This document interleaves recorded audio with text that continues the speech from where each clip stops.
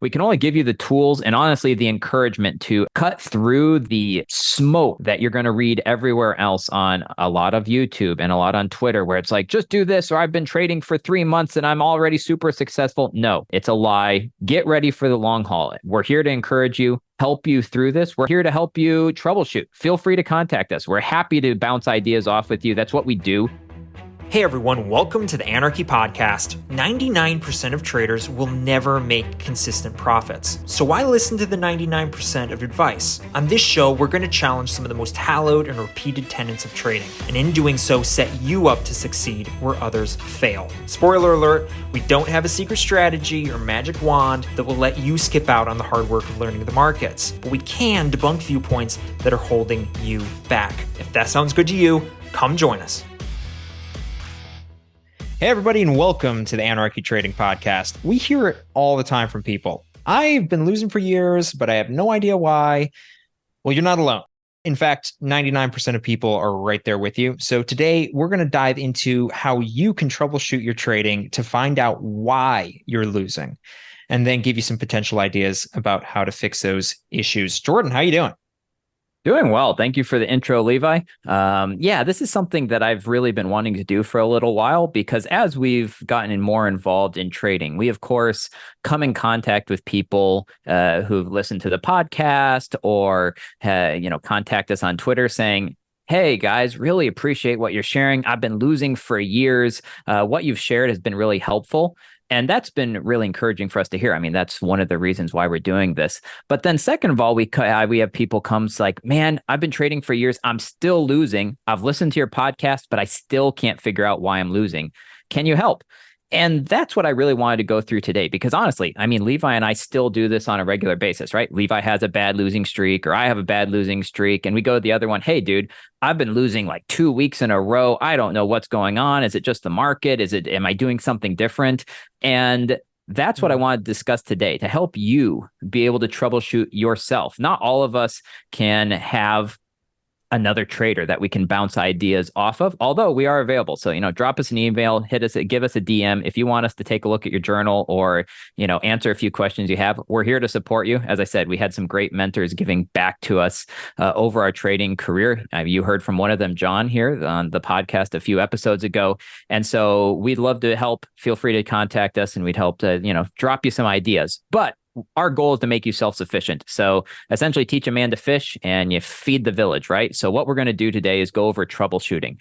So before we get into that, I do want to mention that if you're not journaling yet, this episode is not for you. Stop the episode, go open up a Google Doc, a Google Slides, an Excel spreadsheet, anything. Doesn't really matter. Open up something and dedicate yourself to journaling from this day forward. Because if you're not journaling, I'm sorry, we won't be able to help you. So journaling is going to be the number one thing that is going to help you improve your trading as you move forward. It's going to help you identify everything else that we're going to talk about on this episode. And so get your journal. Again, it doesn't have to be fancy. All my journal is it's a Google slide. I just drop a screenshot of my trading for the day in that Google slide. And then I drop some notes in it about why I took the trade, how I felt, what I could improve. And that's it. That's all you need to do. But you need to be able to go back and look at every single trade you've taken and your thoughts and everything else about that trade and why you went into it, etc. So that's essentially, that could be step one in troubleshooting. Make sure you're journaling. But then let's get into the nitty gritty. The first thing to look at is your win ratio and your RR. And the reason for this is because essentially these two things are the only indicators of what's actually going to make whether you're a profitable trader or not. And I say that slightly loosely, but mathematically speaking, that's all that matters, right? So all you have to do is you take your win ratio and your risk to reward, and those two things will decide whether you are making money or whether you're losing money. So let's look at your win ratio first. What is your win ratio? Well, it doesn't need to be 90%. And honestly, as Levi and I have discussed before, any trader that tells you they have a win ratio of 90%, I'm going to call bull on that. I don't believe it exists. So yeah, maybe it does. But let me ask you this. If you could correctly call the market movements of the market 90% of the time, you would be a billionaire. So anyone who said, and by the way, quickly, not like exactly, not like a billionaire over 20 years. It's no, a billionaire within a year, or you're a moron, right? Like, exactly. if you can call the market 90% of the time, that's just so mathematically speaking, anyone who tells you they have a 90% win ratio, they're lying, or they are a billionaire. And then what? Yeah, it just doesn't make sense. So just don't believe it. Okay. So number one, your win ratio. Now, what should your win ratio be? It can be individual for each person, right? So for instance, my win ratio over the past, let's say 4 months, my win ratio, 48%. That is a coin toss. And I could improve that. It's 48% because honestly, I go back and I look at my journal. I've taken some bad trades. I've traded during consolidation. I was an absolute moron and traded during Thanksgiving. I'm an insufferable trader, right? I can't help myself not to trade. And so I thought it was a good idea to trade on Thanksgiving when there was absolutely no market volume in the market. I paid dearly. But that aside, your win ratio doesn't need to be great. But let's say you have a win ratio, 50% of the time, you flip a coin. Okay. Now we compare that with your risk to reward. If your risk to reward is more than 1-to-1 and your win ratio is 50%, guess what? You're making money. Yep. So for me, my win ratio this last 4 months total was 48%, but my risk to reward was 1.7. So over the last 4 months, I've actually made a decent amount of money, even though my win ratio wasn't great. Now I can improve that win ratio. I can improve that RR. But those are the things that we're looking at when we're coaching people to decide to help us identify issues. The big thing to me usually is risk to reward and how it combines with that. So if let's say your win ratio is 50% of the time, but you're losing money, it means you have a negative risk to reward. And then we need to figure out why. Are you setting your take profit too low? Are you setting your take profit, but then closing your trades early? Are you getting afraid and moving your stop loss prematurely so that price is coming back down, stopping you out, maybe stopping you out at 1R, or maybe it's coming down and stopping you out, not at break even, but slightly below break even, whatever it is. We need to start looking at. Can I jump in real quick before we move on from risk to reward? I want to just note something that we see a lot, which is negative risk to reward. So, I mean, in other words, less than 1. And because this is super common, and when somebody, if they're a beginner trader, you'll see this a lot because people, your risk reward can be whatever. Some people like really high ones and some people like going like 1-to-1. But if your losses are consistently bigger than your wins, like you won, but you made less than when you lose, then you're doing something wrong. And the reason it typically is because as a losing trader, losing traders tend to take profits off the table whenever they get them because they're afraid, right? They're always losing, and then the price kind of goes in their direction. And so they take the money off the table real quick, right? Because they're afraid of losing what they have already made. And so what they'll end up with, and we see this a lot, and you see this when you've been on these coaching calls sometimes, which is that when they'll set their loss to 1%, right? They risk 1%. But then, so whenever they lose, they always lose 1%. But then when they're up 0.5%, they'll take the money off the table. Well, that's unsustainable. It's just unsustainable. Data actually shows that because they did so in Europe, they actually have to, the brokers have to show there's the statistics for their traders. And it actually turns out that 75% of traders on brokers in Europe actually have a risk to reward, a win ratio higher than 50%, but they have a negative RR. So this is backed up by actual data. So I encourage people as far as the win ratio and R to R, work on your R to R first, and then as you work on your skills, your win ratio will pick up. You should be working on your win ratio you'll start winning more trades, in other words. So if you've decided you're a 1-to-1 trader or a 1-to-2 trader, stick with it. In other words, you don't take profit off until it hits your take profit. You don't take profit off until it gets to your profit level, until it gets to 2R, whatever. Like whatever you've decided is your strategy, stick with that, because it's when people start taking profits off the table early, consistently, and start extending their losses, that's where really bad habits are formed. And so, yeah, they'll have, oh, great, fantastic. You got a positive win ratio, right? You got a 60% win ratio, but you always lose twice as much as you win. Right. So yeah, fully agree. my message on that is stick with fix your R to R and make sure you're not taking profits off the table, because that's kind of what builds the good consistency, what builds the discipline, what builds the, not getting afraid. And then you can work on your win ratio as you get better as a trader. That's absolutely brilliant, Levi. I totally agree with you. And as a note to beginners, I also want to encourage them, don't aim. Again, this is a misnomer you see online where everyone says, I always go for a 1 to 10 RR, right? So when I risk 1%, I go for 10%. I only need to be right 10% of the time. It all is marketing hype. Again, there probably are strategies that can do that. But for beginners, and I think, Levi, you would agree with me, aim for probably 1.5 to 2.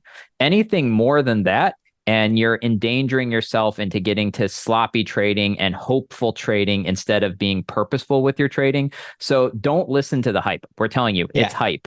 Don't go for these 1 to 10 trades. Just stick to your plan, stick to common sense, and stick to aiming for something reasonable. We're looking to take little nibbles out of the market, not gargantuan bites. Another reason you shouldn't do that is just because you don't want to give too much room for bad luck, because it's possible to be unlucky, right? So you, Jordan, win 50% of your trades. Well, there's a 1 in 1,000 chance you'll lose 10 trades in a row. If you only win 50% of your trades, if it's a coin flip, there's a 1 in 1,000 chance you will lose 10 trades in a row. Well, if you only win, if you're doing 1 to 10, now you're only winning, let's say you're winning even 20%. Now the chances are vastly increased that you're going to blow your account just by being unlucky, right? Because you can never predict the market.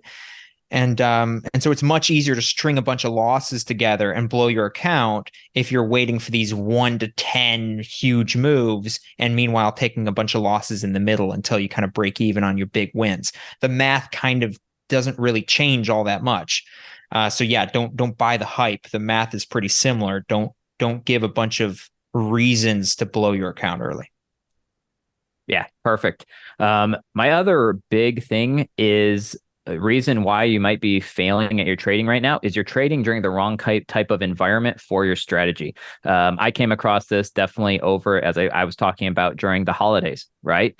So if you're used to trading a breakout and retest strategy like I do, if the market is just consolidating and just whipsawing back and forth, your strategy isn't going to work, right? So it may be that it's not that you have a bad strategy. It may be that the market is not currently in the right, not in the right type of environment for you to be trading. So when you're trading, that's why you have a journal. You can go back and you can look, okay, what was the market doing? What was the market doing when I'm winning these trades? What is the market doing when I'm losing these trades? So looking at how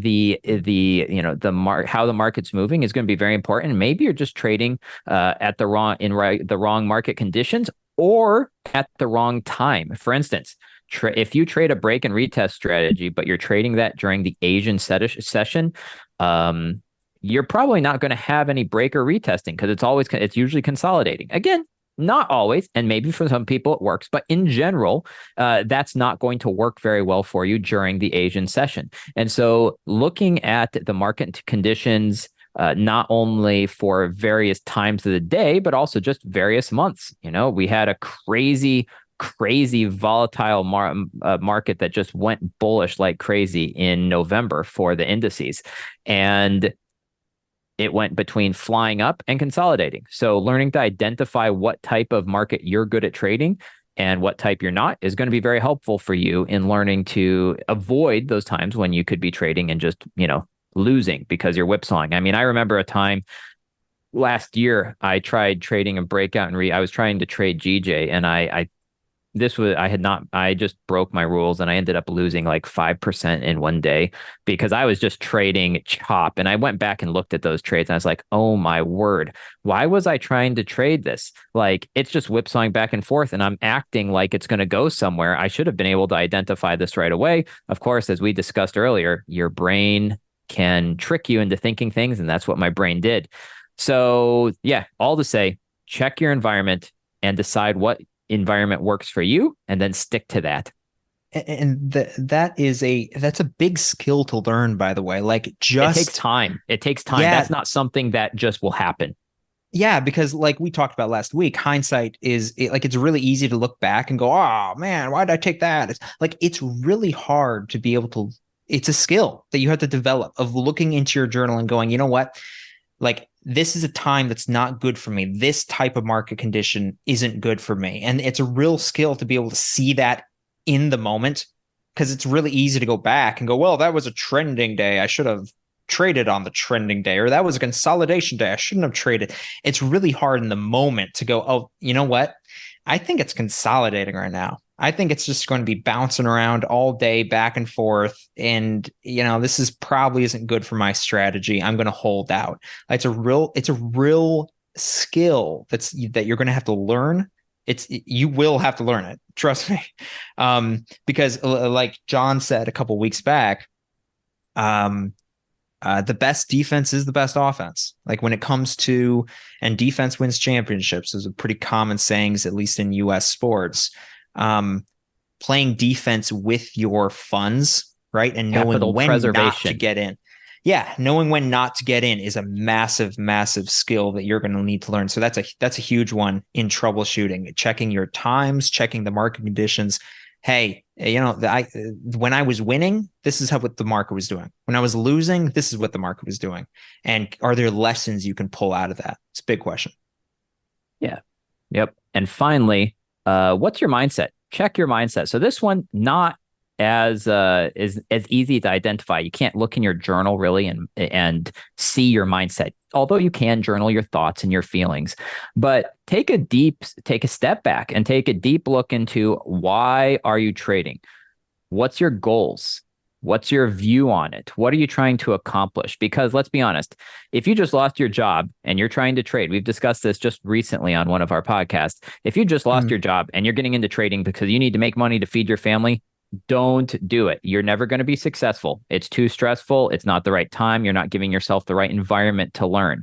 Are you doing it because, you're looking for a long-term supplemental income in the future?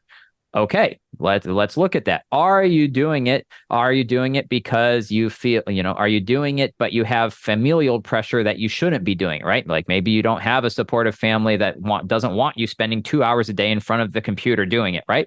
Like, look at all of the things that is going on in your life and really find out, what is your mindset doing this? Because again, if you have these external pressures on you, it's going to be very hard, I would say, nigh impossible. Not impossible, but nearly impossible for you to succeed at trading, because you're not setting yourself up. This is a long-term business endeavor. You don't become a doctor after 1 year of school. You don't become a excellent craftsman or even an excellent plumber or an excellent piano player after 1 year. It takes years and years. And as Levi said, some of these things like identifying the way the market is trending, that only comes, but you can't learn that anywhere. It only comes by viewing the markets, trading the markets, and learning. So look at your mindset. We can't teach you that. Like, it's impossible to teach you that. Yeah, we can only give you the tools and honestly the encouragement to, again, cut through the I would say the smoke that you're going to read everywhere else on a lot of YouTube and a lot on Twitter, where it's like, just do this, or I've been trading for 3 months and I'm already super successful. No, we're telling you, it doesn't exist. It's a lie. People are trying to sell you things. Get ready for the long haul. We're here to encourage you. We're here to help you through this. We're here to help you troubleshoot. Feel free to contact us. We're happy to bounce ideas off with you. That's what we do. And we'd love to see you succeed. And we want to set you up for success, which means helping you put in the long-term skills that are going to make you a successful trader down the road.